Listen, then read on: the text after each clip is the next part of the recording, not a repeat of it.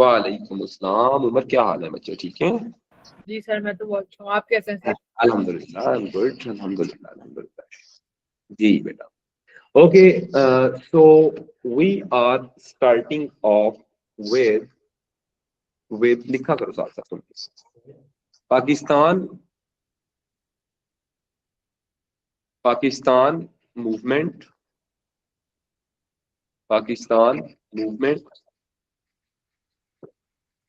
बेटा, this is formally section number 2 of history, और इस चैप्टर के अंदर हम लोग पाकिस्तान मूवमेंट का एक पार्ट डिस्कस करेंगे, दैट इज फ्रॉम 1900 टू 1920 तक हम जाएंगे। Clear?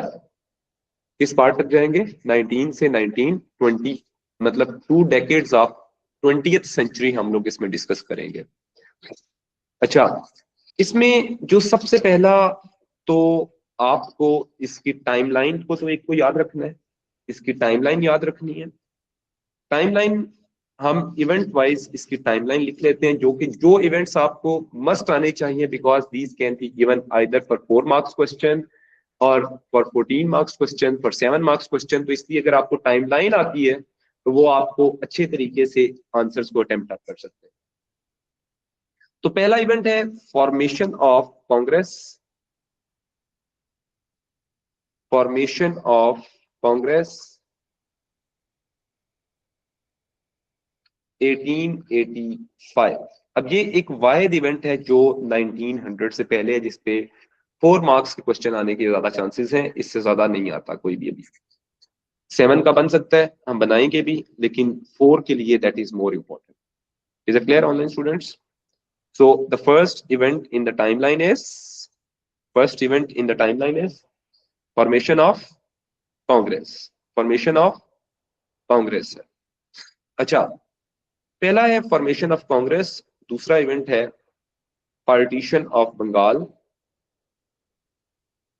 Partition of Bengal. Partition of Bengal was in 1905 और ये खत्म हुई थी 1911 में।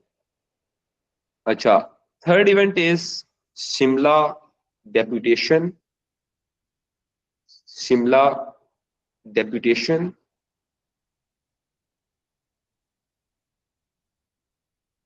Shimla deputation that was in 1906। Shimla deputation के बाद बेटा we have formation of Muslim League, formation of Muslim League, Muslim League that was in December 1906।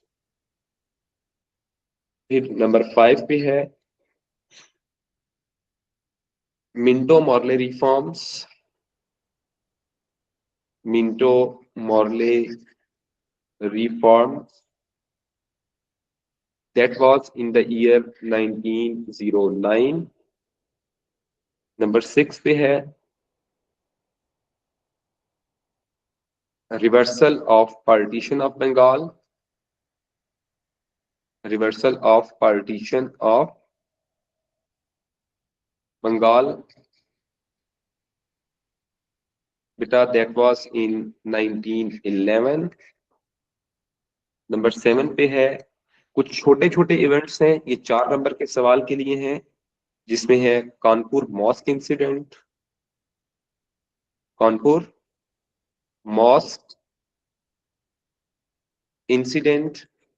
ये सिर्फ 4 मार्क्स के लिए है, नॉट मोर देन दैट, 1913। नंबर 8 पे है सिल्क लेटर मूवमेंट या silk letter conspiracy, silk letter, silk letter movement और सिल्क लेटर कॉन्स्पिरेसी 1914। फिर इसके बाद है नंबर 9 पे impacts of World War One on India। बेटा 1914 से 1918 तक ये रहे। नंबर 10 पे है लखनऊ पैक्ट।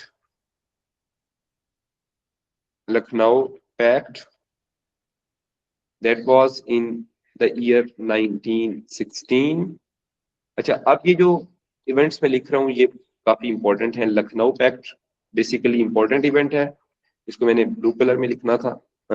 लखनऊ पैक्ट ये एक मेजर इवेंट में आता है, ठीक है, क्लियर हो गया। Lucknow pact is major event. फिर इसके बाद है नंबर, सर जो ब्लू है वो मेजर है। जी मेजर इवेंट्स है, जो ब्लू है ये मेजर इवेंट्स है। अच्छा, फिर इसके बाद है number 11। Number 11 is again small event that is called home rule league। home rule league home rule league was in 1917, 16 and 1917। फिर उसके बाद फिर मेजर इवेंट हमारा आ जाएगा, that is called Rowlatt act. Rowlatt act 1919। बेटा रोलट एक्ट जो है ये मेजर इवेंट है 1919। मोंटेगो चेम्सफोर्ड रिफॉर्म्स हैं। Montague Chelmsford reforms 1919। फिर अमृतसर मैसेकर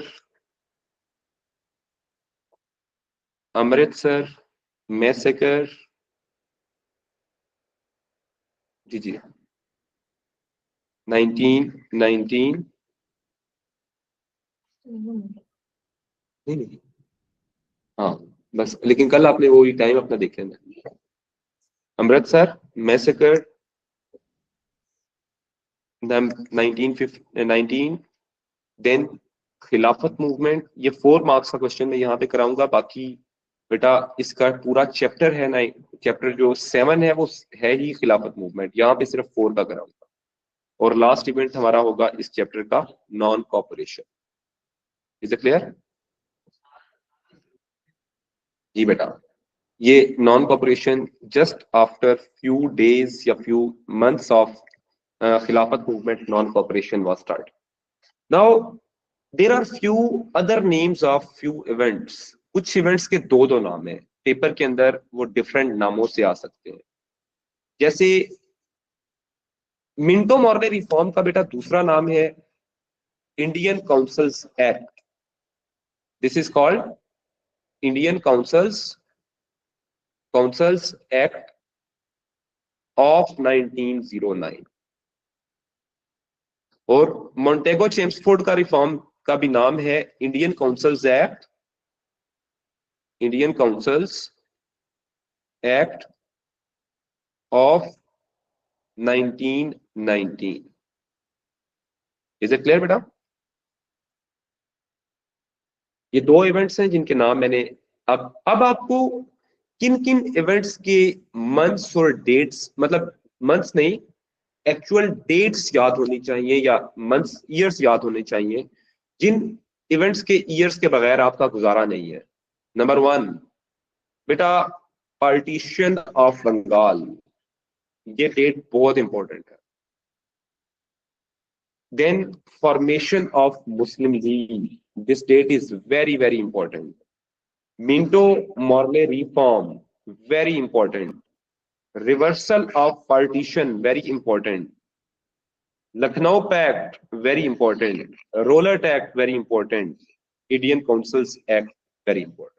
ये टोटल कितने इवेंट्स हो गए जिनको मैंने कहा है कि इनकी डेट्स भी आपको याद होनी चाहिए। How many events you people must know about the exact dates of these events? 7 events are there। ये 7 इवेंट्स, इस टॉपिक के ऊपर एक ही सवाल बनता है, वो टाइमलाइन का क्वेश्चन बनता है। जो बड़े क्वेश्चन है ना उनमें टाइमलाइन क्वेश्चन बनता है इसके ऊपर।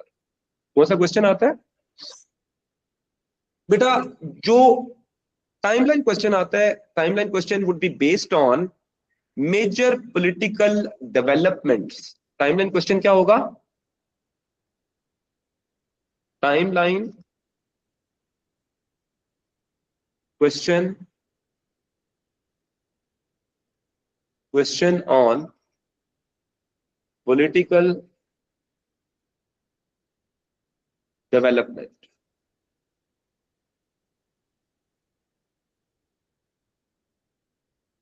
Timeline question on political development.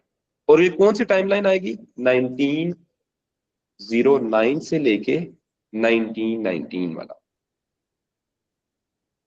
इसमें कौन कौन से इवेंट्स लिखे जा सकते हैं इस टाइमलाइन के अंदर? उस क्वेश्चन है ऑन पॉलिटिकल डेवलपमेंट्स।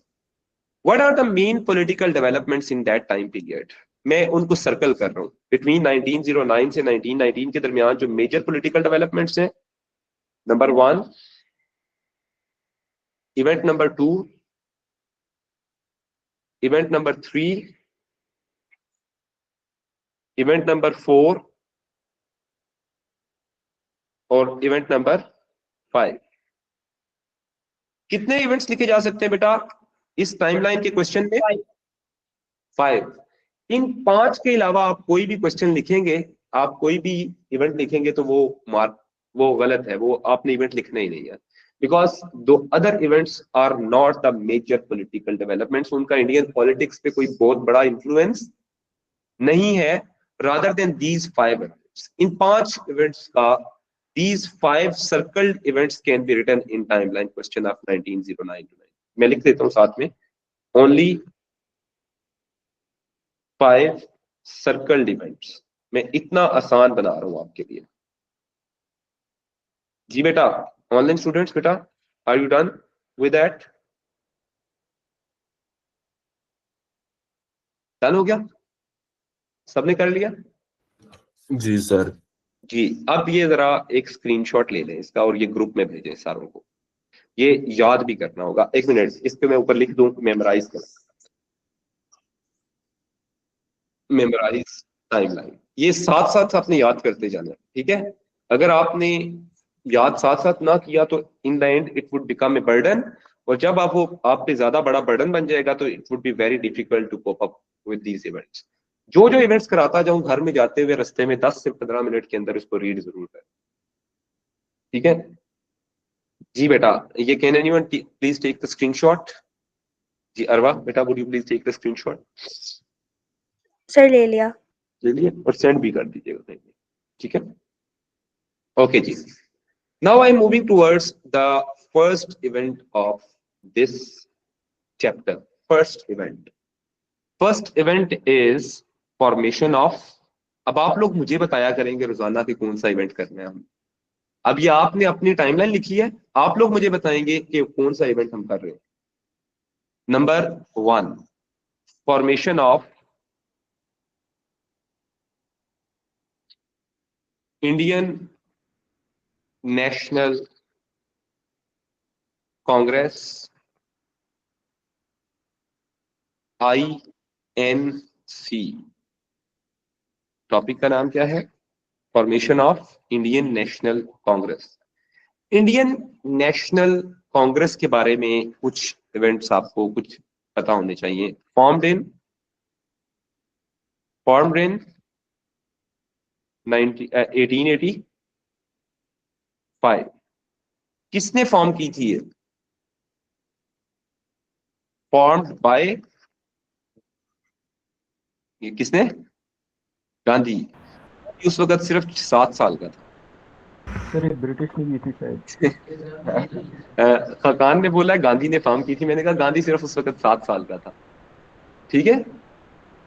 जब गांधी 1878 में पैदा हुआ। गांधी तो मोहम्मद अली जिन्ना से भी छोटे थे। अच्छा, फॉर्म्ड बाय, इन नहीं है, फॉर्म्ड बाय। किसी एक ने बोला था ऑनलाइन, किसी बच्चे ने सही बोला था, वो कौन सा बच्चा? सर एक ब्रिटिश सिविल सर्वेंट थे कोई। हाँ, फिर ए ओ ह्यूम। इसकी फुल फॉर्म याद रखने की जरूरत नहीं है, बस एलन ऑक्टेवियन ह्यूम है वैसे नाम इसका, लेकिन आपको याद रखने की जरूरत नहीं है, आपने बस A.O. ह्यूम याद रखना है। Is it clear everyone?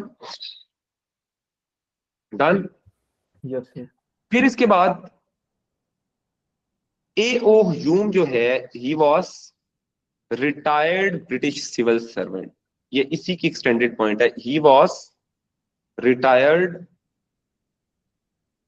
British civil servant, मतलब he was a government servant in the British rule in India. Clear? He formed Congress by highlighting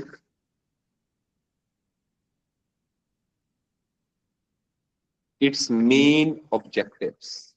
Main objectives. इसने A.O. ह्यूम ने बेटा इसके कुछ ऑब्जेक्टिव्स जो हैं वो हाईलाइट किए। The first main objective to provide political platform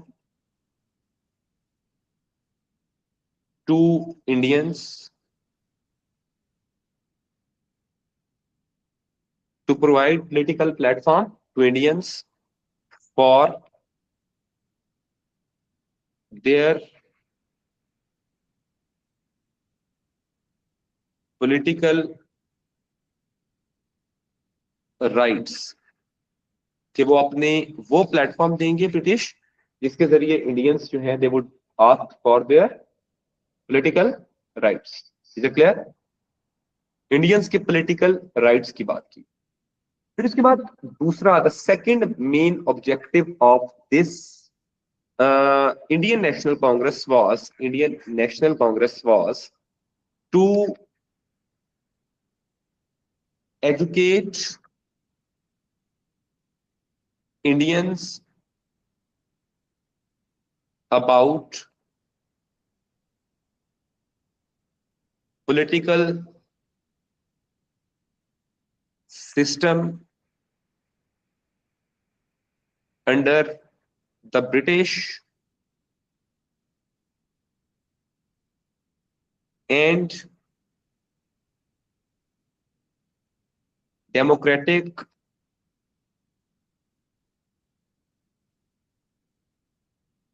values of British rule। बेटा इंग्लैंड के अंदर भी इसी तरह का पॉलिटिकल पार्टीज थी। इंग्लैंड में दो पॉलिटिकल पार्टीज थी, लेबर पार्टी, आज भी उनकी दो ही हैं, लेबर और कंजर्वेटिव पार्टीज है इंग्लैंड के अंदर जो पार्टीज है। और इंडिया में ब्रिटिश ने एक पार्टी ये खुद बनाई थी, कांग्रेस ब्रिटिश ने बनाई थी, मुस्लिम लीग मुस्लिम्स ने बनाई थी। तो Congress with the passage of time Hindu dominated party बन गई। ठीक है जी बेटा। To improve relations between the rulers का मतलब क्या है? ब्रिटिश, और दूसरा है and the ruled, and the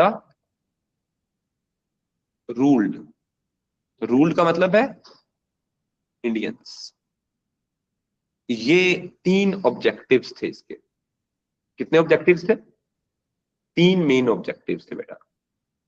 So these three objectives were very very significant। और A.O. ह्यूम के बारे में अगर मैं इसकी पिक्चर दिखा सकूं, A.O. ह्यूम की पिक्चर शायद नेट पे ओरिजिनल पड़ी भी होगी। ये वाला बंदा था, ये वाला बंदा था। क्लियर बेटा? Clear?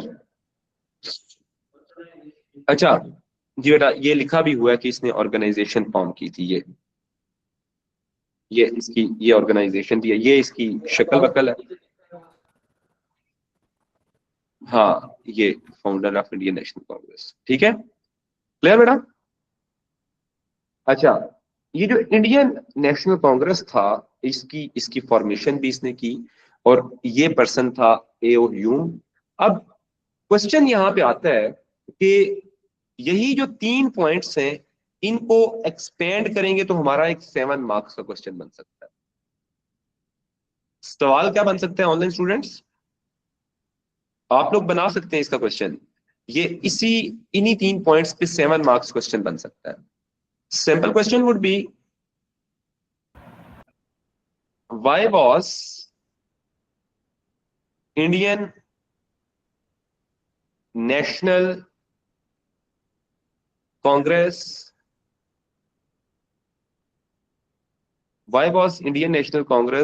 formed in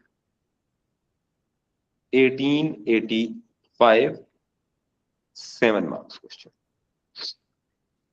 Why was Indian National Congress, मैंने इंडियन को और नेशनल का इकट्ठा कर दिया था, Indian national Congress formed in 1885? बेटा, political platform क्या है? How would you explain that point? कि it was a political platform like the British also gave their people a political platform that brings maturity in them, which the political parties always educate people regarding their rights.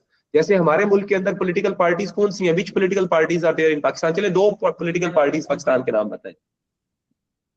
PTI और peoples party, ये political parties. अच्छा, हम PTI की बात करते हैं। PTI ने भी लोगों को, स्टूडेंट्स को, यूथ को एजुकेट करने में काफी रोल प्ले किया। अगर हम बात करें तो दे, नो डाउट, दे एजुकेटेड पीपल। ठीक है, इनडायरेक्टली और डायरेक्टली दे एजुकेटेड। लोग इतने पॉलिटिकली मेच्योर या अवेयर नहीं थे before the formation of PTI. बाकी पॉलिटिकल पार्टीज ने इतना लोगों को एजुकेट नहीं किया। तो इसलिए जो भी पॉलिटिकल पार्टीज होती हैं, they are actually a platform to educate people about their fundamental human rights, fundamental beliefs, fundamental awareness that is given to the political party. So that is why Indian National Congress was formed. And to make Indians mature about the idea of self-rule. देखिए, self rule आपको कौन सिखाएगा कि आपने अपने मुल्क को run कैसे करना है? Who can teach you the way to run the country? Political party सिखाती है ना अपने कंट्री को कैसे रन करना है। तो ये सारी एजुकेशन देना चाहता था एओ ह्यूम इंडियंस को। फिर he found a gap between the rulers and the ruled. जो बेटा कांग्रेस, इंडियन नेशनल कांग्रेस जो थी ना, इसमें ये पार्टी अगर ना होती तो ब्रिटिश के दरमियान और इंडियंस के दरमियान there was a huge gap in between the thinking of these people. इन लोगों की थिंकिंग में बेटा बहुत बड़ा गैप था। गैप क्या था? British always considered themselves superior, and they always targeted the Indian people that Indians are uneducated, they are not mature enough, they are not civilized. तो इस तरह इस political party के बनने से British could communicate to the Indians, therefore it was the best way to improve the relations between them. Is it clear online students? और उसके बाद तो फाइनली ये हुआ कि एजुकेशन भी मिली, ये सारा कुछ हुआ, ये इसकी एक्सप्लेनेशन होगी। With the passage of time Congress party became the party of not Indians, it Hindus, Hindu Hindus. Dominant. Yes, यहां पे लिख लें ये कि within few years of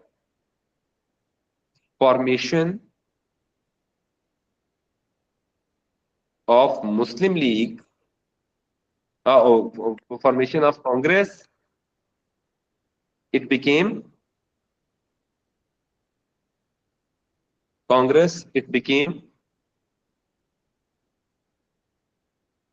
Hindu dominant. Initially इसका पर्पस क्या था? सिर्फ हिंदूज के राइट्स को प्रोटेक्ट करना। यस, सर इनिशियली ओवरऑल मतलब सारे जो इंडियंस थे। यस, यहाँ पे मैंने वर्ड, हर जगह पे मैंने वर्ड इंडियंस लिखा है, हर जगह पे मैंने वर्ड्स इंडियंस लिखा है। Indian, Indian means all the people who were living in citizens of India, India. Who were citizens of India. हम भी इंडियंस ही हैं। बाय रेस अगर हम बात करते हैं तो we are Indians. The people of India means the people who are living in the subcontinent. जो लोग भी सब कॉन्टिनेंट में रहते हैं उन सबको हम इंडियंस कहते हैं। क्लियर जी online students, is it clear to all of you? This is the first event. अब दूसरा इवेंट हमारा है, अब इसके ऊपर एक और सवाल भी आ सकता है, who was A O Hume. Paper में ये सवाल आ सकता है। चलें जी, ये साइड पे लिखें, सिंपल क्वेश्चन लिखें बेटा, who was A O Hume. 4 marks question. 4 facts बताने हैं। हु वॉज का मतलब है ये कौन था, इसके बारे में लिखना है। क्लियर? ही वॉज, हाँ, he was a British civil servant. पहले तो रिटायर्ड नहीं हुआ था ना, बाद में रिटायर्ड हुआ। He was a British civil servant, एक हो गया। He worked in India, India on different posts. He worked in India on different posts in Indian civil service. British ने इसको इंडिया में भी पॉइंट कर दिया ना, ठीक है। ही formed political party known as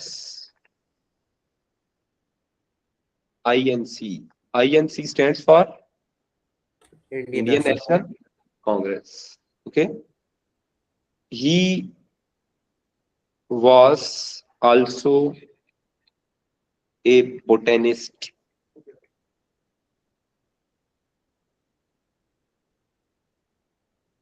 botanist कहते हैं बॉटनी को जो डील करता है, स्टडी ऑफ प्लांट्स जो है, बोटेन, बीओटी, सॉरी बोटेनिस्ट। सर और उसने एग्रीकल्चर के फील्ड में बुक्स नहीं, लिखी। बॉटनी स्टडी ऑफ प्लांट्स कहते हैं इसको। सर उसने स्टडी ऑफ, इस फील्ड में बुक्स भी लिखी थी ना। हाँ, इसने काफी ज्यादा बुक्स लिखी थी बॉटनी के ऊपर। इसने काफी बुक्स लिखी थी, इंडिया के अंदर प्लांट्स की टाइप्स कौन सी हैं, ट्रीज कैसे होते हैं। इतना वेला आदमी था माशाल्लाह से। हम इसको फारग ही कहते हैं ना ऐसे लोगों को जो ऐसे काम करते हैं, लेकिन they were interested in doing something good for Indian. ठीक है, पैसा किताबें लिखने पे कौन सा पैसा मिलता। ठीक है, बोटेनिस्ट जो है, बॉटनी के अंदर इसने काफी काम किया था, ये इसका एक एडिशनल फैक्ट है। ठीक है, इसकी परिंदों के अंदर इसकी काफी ज्यादा डिमांड वो थी, इसका वर्क था। जो इंडिया में डिफरेंट स्पीशीज ऑफ बर्ड्स थी उनको भी इसने काफी स्टडी किया था। इसकी काफी ज्यादा किताबें भी हैं। Books of A O Hume अगर इसकी देखें, books of A O Hume, ये इसकी, ये देखें। अच्छा, ये इसकी किताबें आ गई हैं, ये इसकी किताबें कुछ आ गई हैं।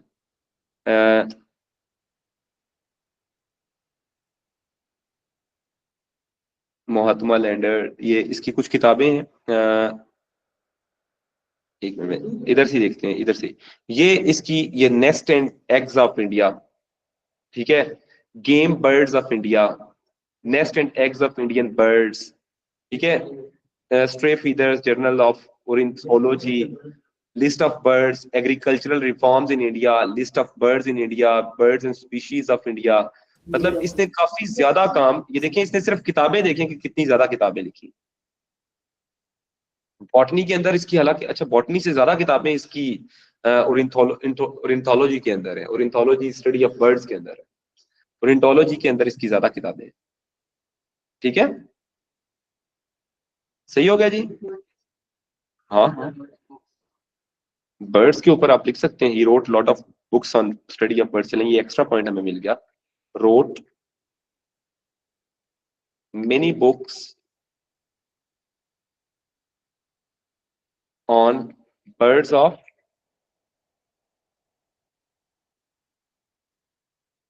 Of India. ये देखें, गोरे यहाँ पे ना आते तो हमें बर्ड्स का भी ना पता चलता जी। यहाँ तक क्लियर हो गया बेटा? डन बेटा ऑनलाइन स्टूडेंट्स। आज हमारा पहला इवेंट ही करते हैं, दूसरा इवेंट आज हम नहीं करेंगे, हम दूसरा इवेंट करेंगे कल स्टार्ट। और यहाँ तक कोई क्वेश्चन है तो मुझसे पूछे, अभी हम ज्योग्राफी की तरफ जाए। ये online students any question? Sir एक सेकंड, ये सवाल दिखाएं सर जी, 4 मार्क वाला। 4 मार्क्स वाला क्वेश्चन दिखाऊं?